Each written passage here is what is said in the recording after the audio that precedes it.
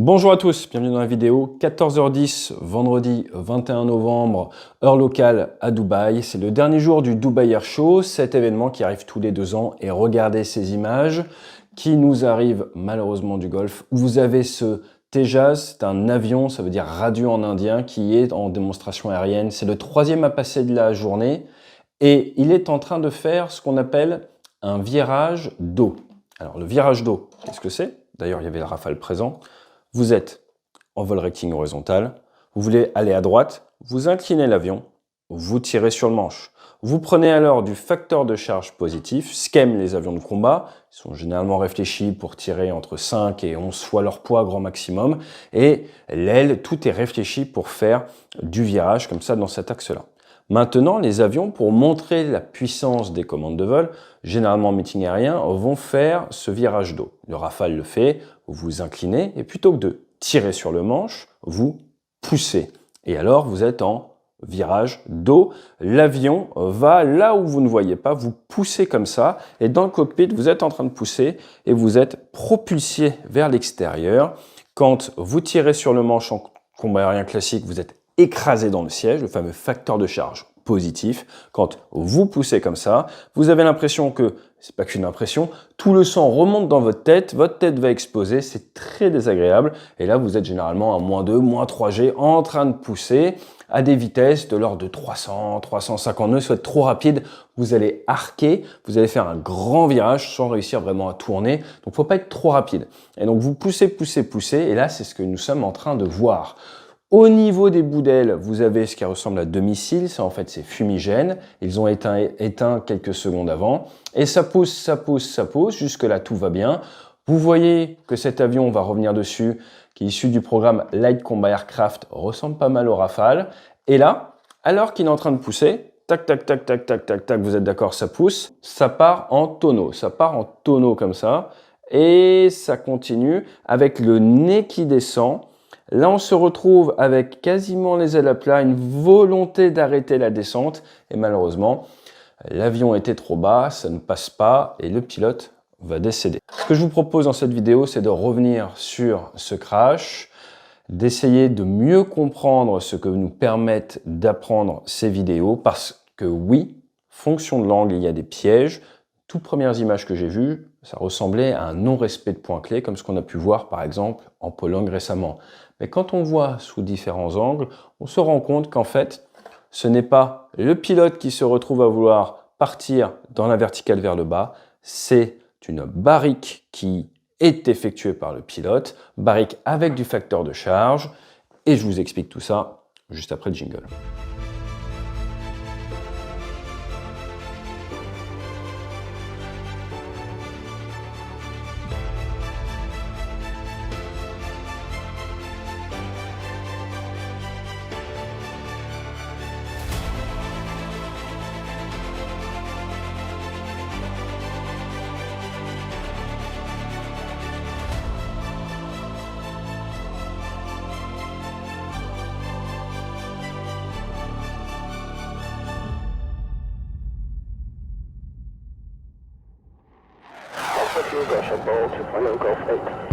Roger, ball.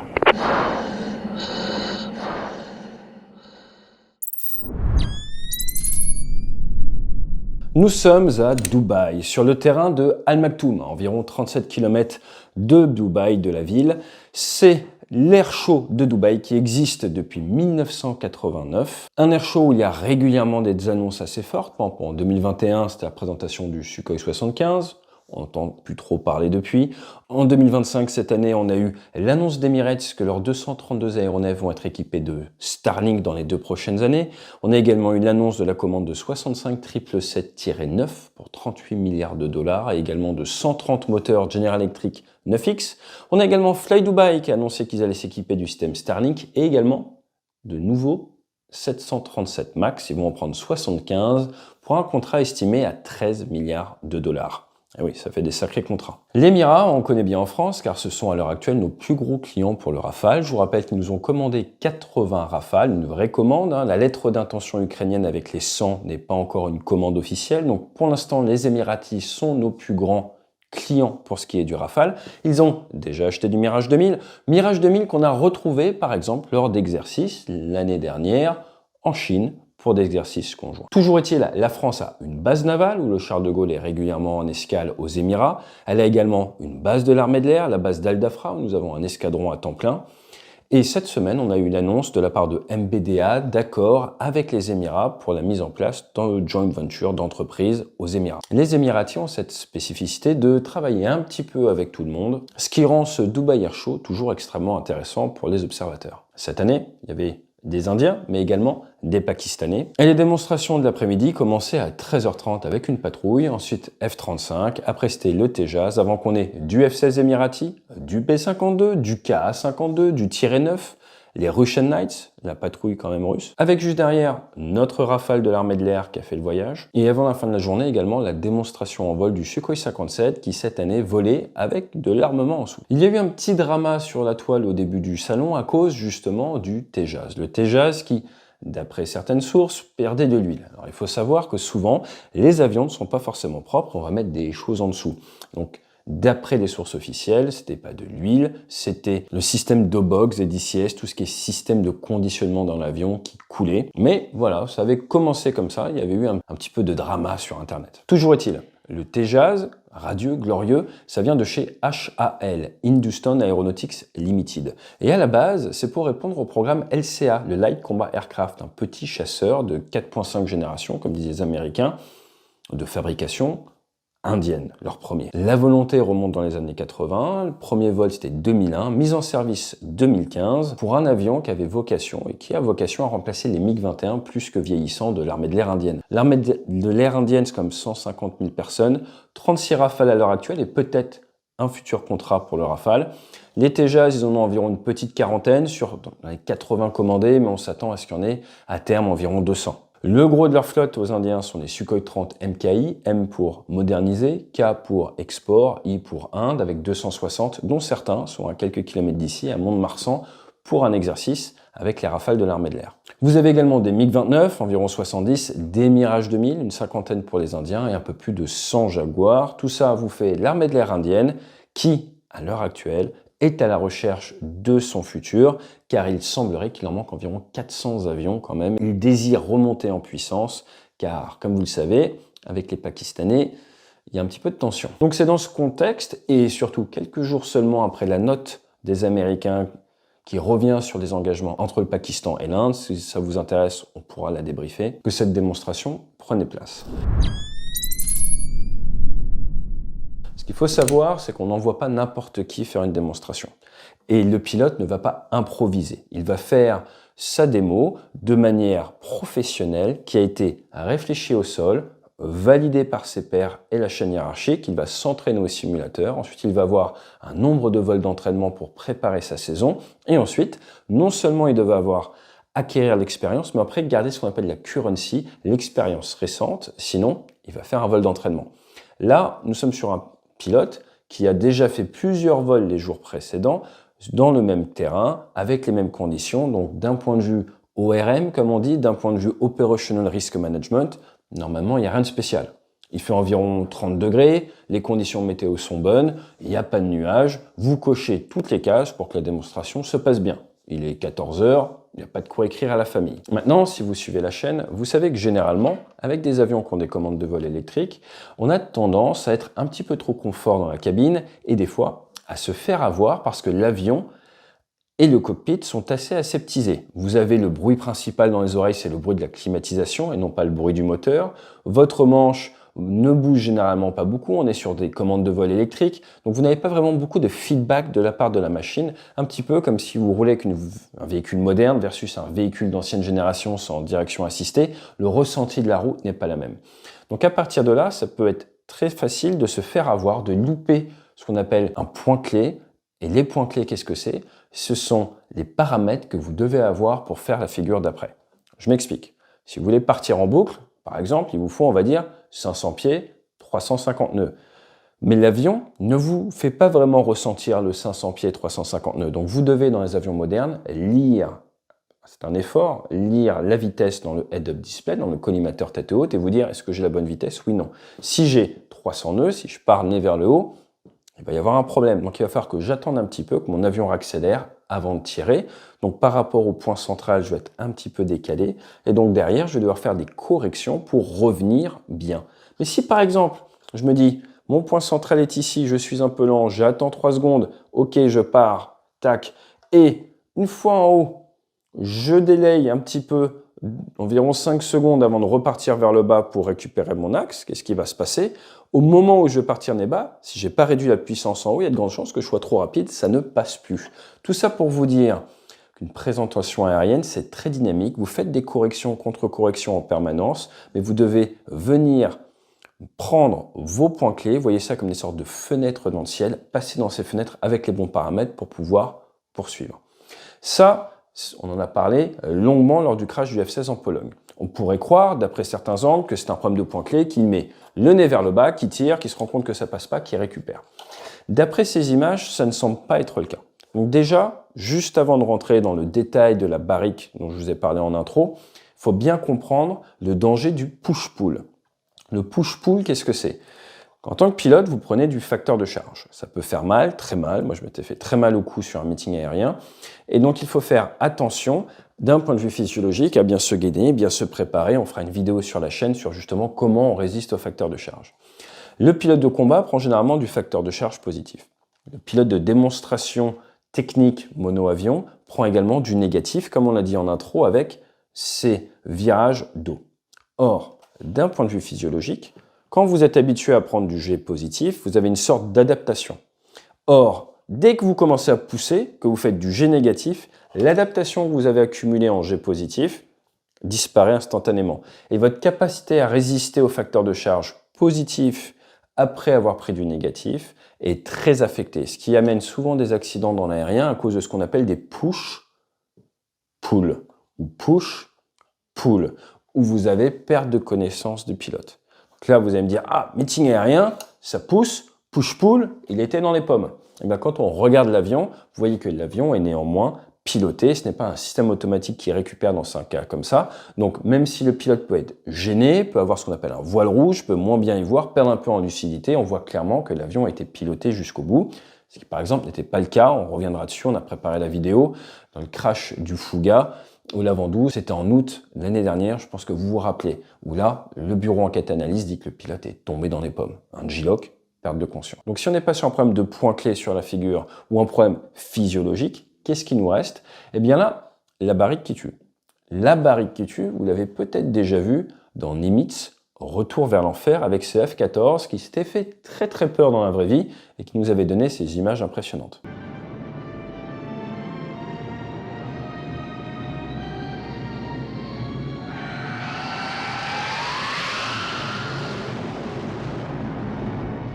La barrique, c'est quoi? La barrique, vous allez lever le nez et vous allez faire une sorte de tonneau, mais en 3 dimensions.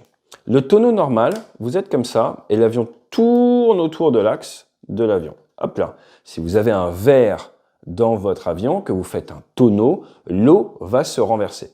La barrique, vous avez un facteur de charge constant et si vous avez un verre avec vous dans l'avion, il ne va pas se renverser. Vous créez votre propre gravité. On peut parler de loaded roll. Vous avez du facteur tout le long. Donc au niveau du manche, vous tirez sur l'avion. Là, c'est pas évident pour les commandes de vol. Le Tejaz n'a connu qu'un seul crash pour l'instant et c'est un crash dû à une panne moteur. C'est un monomoteur. On est sur une machine qui fait environ 6 tonnes 5 à vide, qui peut monter à plus de 13 tonnes à la masse max et qui est propulsé par un moteur américain qui va lui donner jusqu'à 9 tonnes de poussée, un peu comme le Mirage 2000. Pour la petite histoire, il y a une nouvelle version du Tejaz qui devrait voler d'ici 1 an ou 2 avec un nouveau moteur et peut-être des plans canards. Lors du premier crash, le pilote avait pu s'éjecter, sur une panne moteur, vous avez le temps de voir venir.